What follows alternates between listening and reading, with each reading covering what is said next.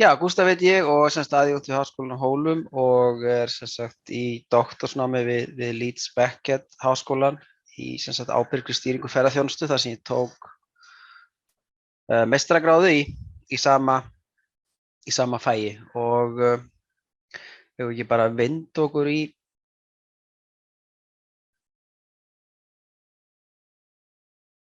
ég held að sé þetta svona.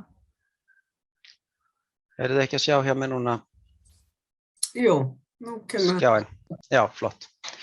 Já, sem sagt ég vann meistararitgerð sem heitir What Factors Can Influence Small and Medium-Sized Enterprises Responsible Tourism Management Behavior in Iceland og hún sem sagt byggir á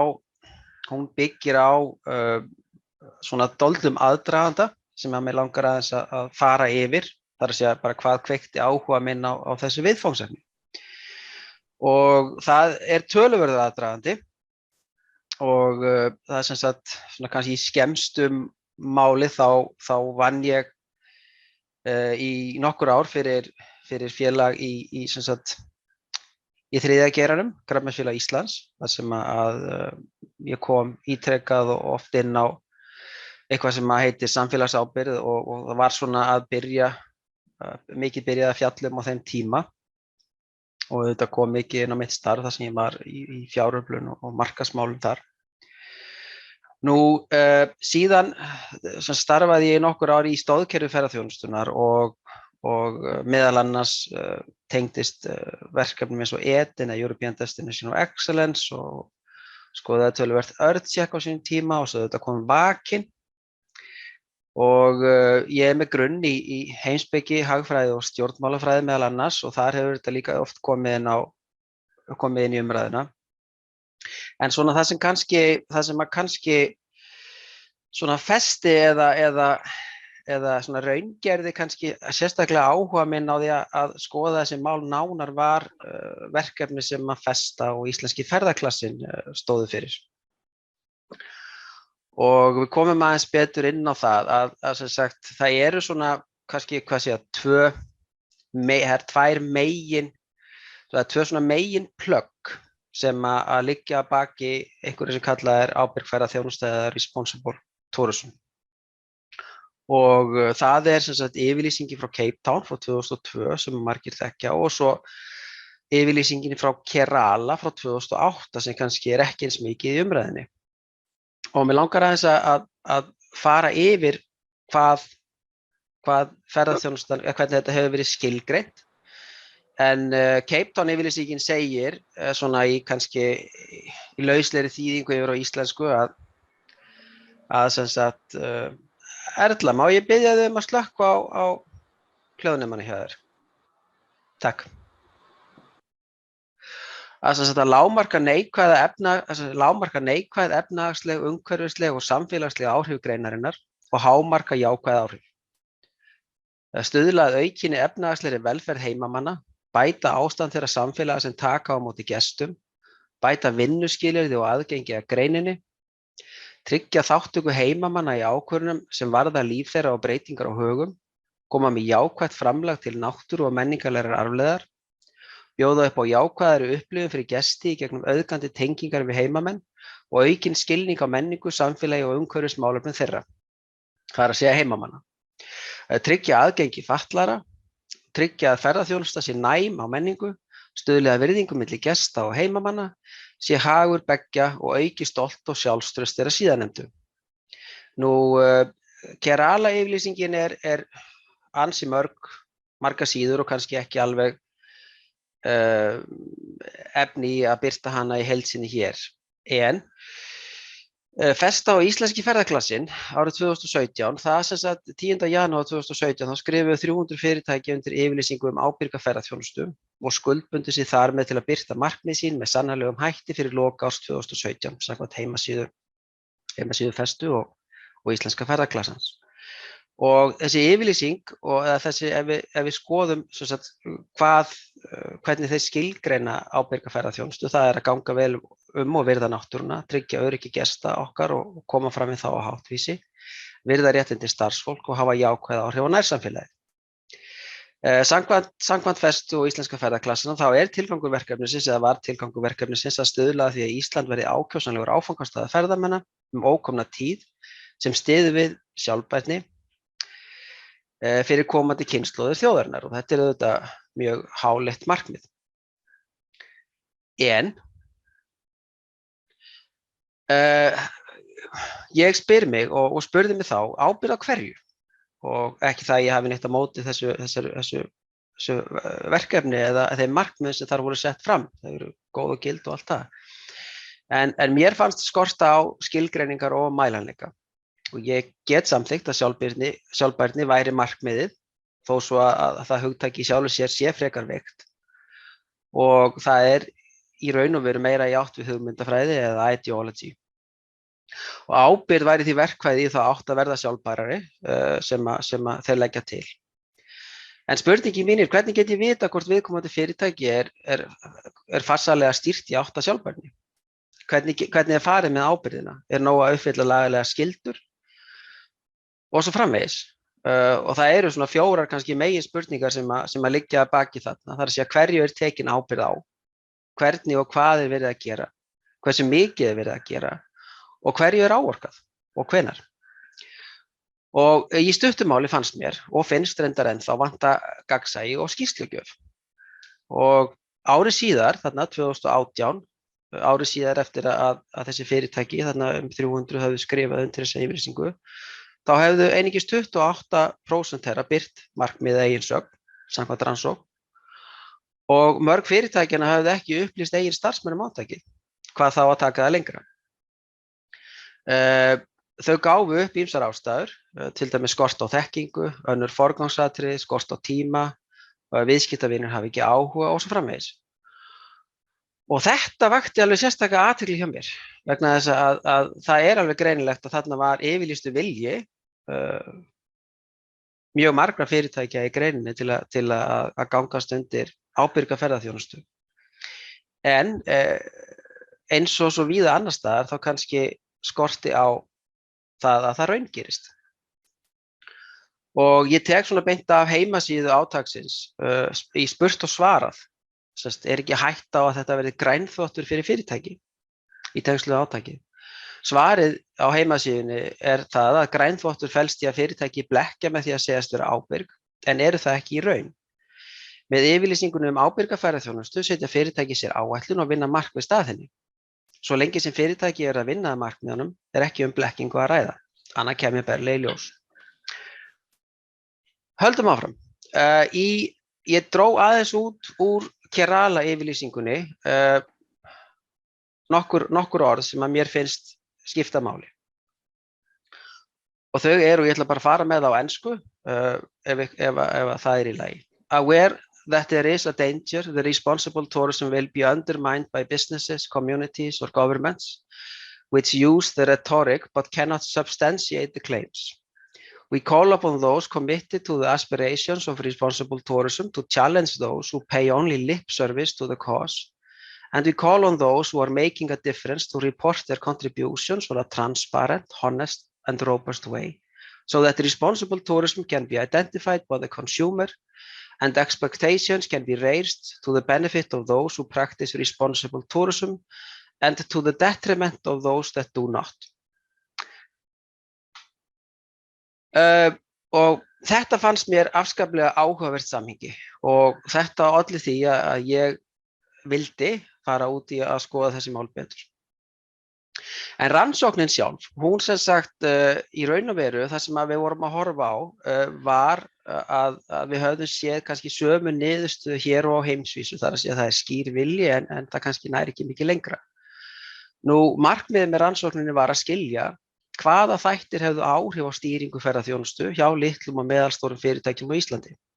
Og ástæðan fyrir því að ég valdi lítil og meðalstór fyrirtæki á Íslandi vegna þess að það bara umfang rannsóknarinnar bauð ekki upp á meira og rannsóknir sýna að stærri fyrirtæki eru í betri aðstöðu til þess að nýta sér auðlindir, þekkingu og færni til þess að ná árangri og það eru betri módel fyrir stærri fyrirtæki. Hitt annað að langstærstur hluti fyrirtækja, yfirgnæfandi hluti fyrirtækja lítill.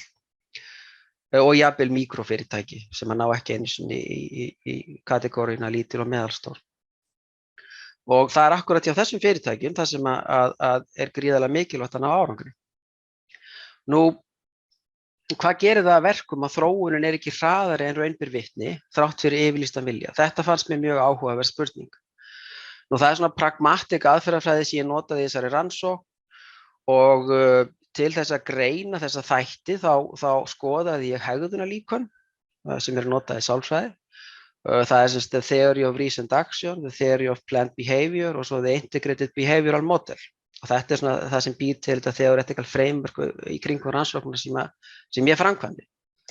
Nú, ég notaði blandaða aðferðafræði, það að segja svokallað kval-kvan eða megindlega aðferðafræði, þar sem að eiginlegi hlutin var í raun og veru 5 djúp viðtöl við stjórnendur í ferðaþjónustufyrirtækjum, þar sem ég notaði svokallað purposeful sampling eða valdi fyrirtækin háð því hvernig ég taldi inputi geta nýst í rannsóknina. Og síðan kóðaði ég niðurstöðurnar og greindi í tengslum við þar að segja þá hegðun sem ég vildi skoða, þar að segja ábyrga ferðaþjónustu.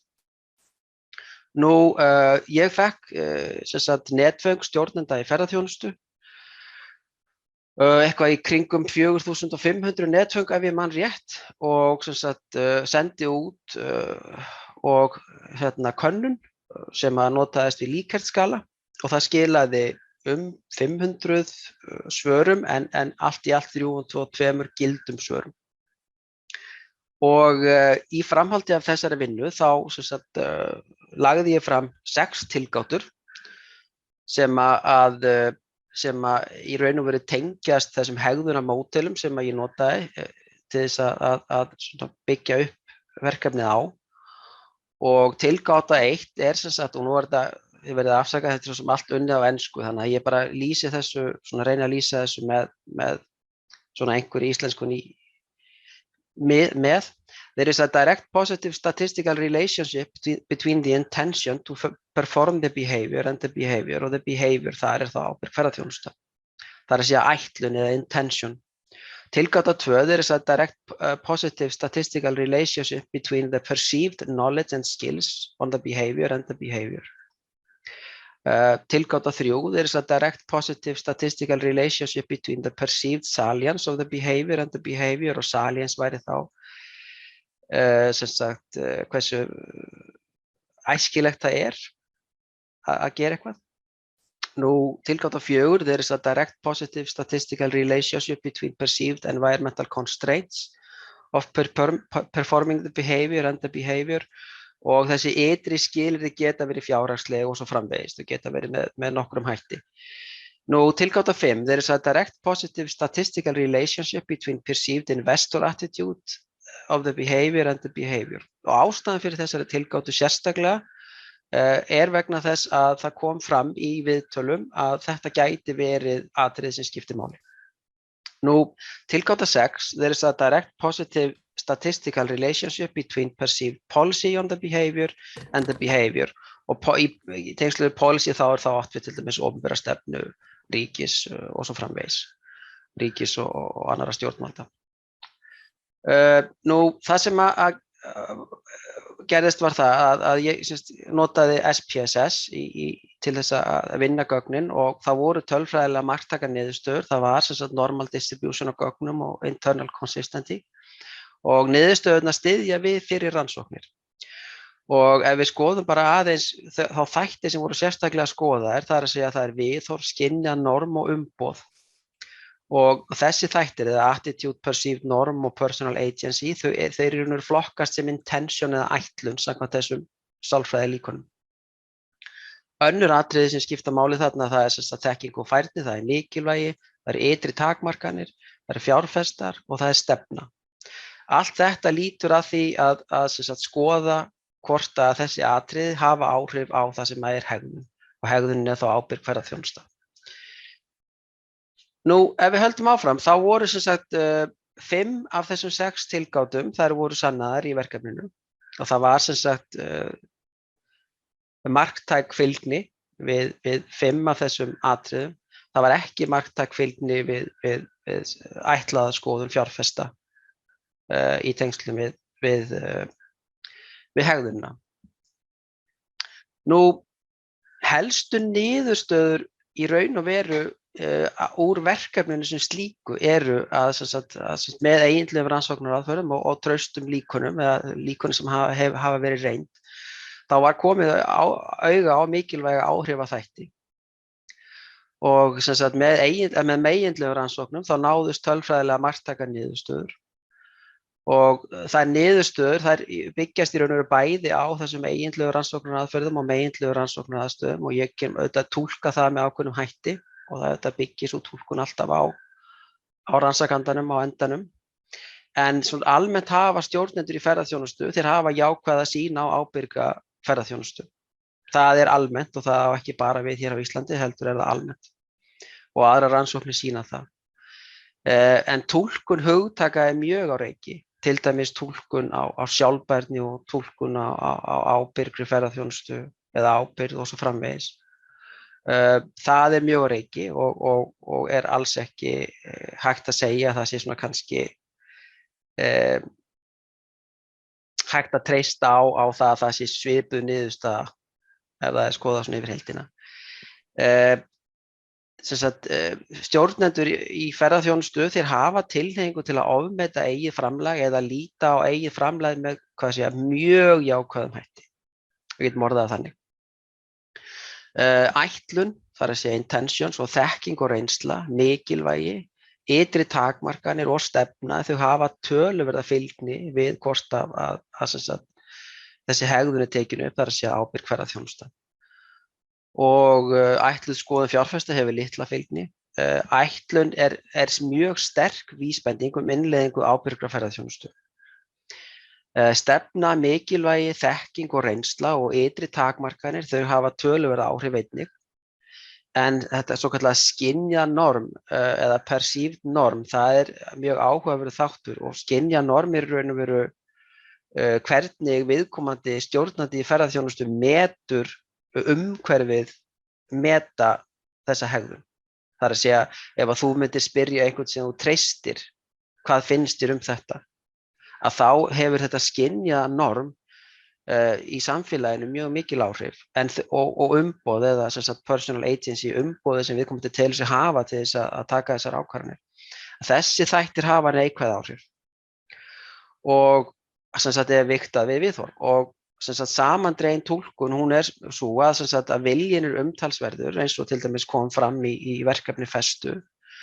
Það er mjög jákvætt viðhorf gagnvart þessum atriðum. En lítil og meðalstór fyrirtæki, þau skorti mikilvægar auðlindir á borði hæfni, þekkingu, reynslu og tíma. Stefnan eða opinber stefna, eða bæði sveitarfélaga, ríkis og stofnana, hún hefur mikil áhrif. Hún hefur áhrif á takmarkandi auðlindir og hefur neikvæð áhrif á þessi skynjuðu norm. Og niðurstaðan er svo að heilt yfir þá eru hindranir lítilla og meðalstóra fyrirtækja hreinlega of miklar til þess að þetta gangi upp. Það er að segja að við sjáum þessa þróun með þeim hætti sem við myndum vilja sjá hana. Hún gerist en hún gerist allt og hægt. Og þetta eru svona helstu niðurstöðurnar úr þessari rannsókn. Það sem að gerist næst í raun og veru hjá mér að þegar ég er búin að skoða þessa þætti þá auðvitað langar mig til þess að halda áfram og ég velti fyrir mér hvernig getum við komist fram hjá þessum hindrunum og hvað er það sem við vitum svona nokkurn veginn, ég tel mig vita nokkurn veginn hver svona helstu atriðin eru varðandi þessa sálfræðilegu þætti, það er að segja hvers vegna stjórnendur fyrirtækja umbreyta ekki vilja yfir í hegðun. Það er svona svipað eins og að segja, við vitum öll að það er rosalega gott fyrir okkur að fara út að skokka klukkan 7 á morgnana og ef þú myndir spyrja einhvern, heldur það að væri gott fyrir það að fara út að skokka klukkan 7 á morgnana, þá myndi viðkomandi örugglega segja já eða mjög margir. En það er ekkert endilega víst að þeir fari út að skokka klukkan 7 á morgnana. Og það er nákvæmlega þessi atriði sem er að gerast. Það er að segja, það er skýr vilji og allt það, en að umbreyta fjármagni eða auðlindum yfir í þessa hegðun, það er ekki að gerast með þeim hætti sem við hefðum viljað sjá, hvorki hér á landinu annars staðar. samkvæmt minni skoðun. Nú, næstu skref þá eru í raun og veru að hjálpa til við að yfirstíga þessar hindranir og það sem að ég tel það, svona ég aðhyllist dálítið þá svona kannski svona heimspekilegu skoðun að þú býr til þekkingu með því að skoða hið smáa. Það er að segja að þú fer í svona kannski smásjána til þess að skoða ákveðin atriði og getur svo yfirfært á þekkingu. Og með þeirri aðferðafræði þá sem sagt doktorsverkefnið hjá mér, það er innleiðing ábyrgrar ferðaþjónustu í ferðaþjónustufyrirtæki. Og viðfangsefnið eða caseið fyrirtæki sem heitir Hjaltadalur ferðaþjónusta og staðsett á Hólum í Hjaltadal. Og í raun og veru svona í meginatriðum þá snýst verkefnið það að skilgreina, það er að segja skilgreina ábyrga ferðaþjónustu og svo framvegis í tengslum við viðfangsefni. Það er að segja hvað þýðir ábyrg ferðaþjónusta hér. Hún þýðir ekki það sama á Hólum og hún þýðir í Kerala sem dæmi eða í Cape Town. Og þetta eitthvað sem að þessar yfirlýsingar, bæði Kerala og Cape Town yfirlýsingarnar, það taka á og það viðurkenna það. Þannig að það þarf að skilgreina hvað ábyrg ferðaþjónusta hér. Á einum stað getur ábyrg ferðaþjónusta stærstu hluta fælist í það að spara vatn. Á öðrum stað getur það fælist í einhverju öðru, eins og til dæmis þátttöku heimamanna í ákvarðanatöku og svo framvegis. Þannig að það þarf að skilgreina raunveruleika lítilla og meðalstóra fyrirtækja hér á landi í þessum málum. Nú, það þarf að innleiða ábyrga ferðaþjónustu og það þarf að rannsaka það og það þarf að birta það. Aðferðafræðin sem að ég nota til þess að vinna þetta verkefni, það svo kallað action research og hefur mikið verið notað í tengslum við kennslu og svo framvegis og að reiða sér til rúms á öðrum sviðum einnig með góðum árangri. Nú, heildarmarkmiðið með rannsókninni, það gagnvirk þekkingar yfirfærsla milli akademíunnar annars vegar og greinarinnar hins vegar. Það er að segja, ef að eitt af stóru atriðunum til dæmis þekking og færni, hvernig komum við þeim málum yfir til ferðaþjónustunnar og svo framvegis. Það þarf þá að vera til staðar. Og hvernig getum við haft áhrif á stefnu ef hún hafa áhrif og svo framvegis og svo framvegis. Þannig að þetta í raun og veru næstu skrefin í þessari rannsókn eða næsta þrep. Nú, ég í raun og veru töluvert á undan áætlun en ég svo sem hef komið frá mér öllu sem að ég ætlaði að segja þessa rannsókn, þannig að það bara spurning Laufey hvort það má ekki bara opna fyrir spurningar. Já, takk fyrir þetta, Gústi.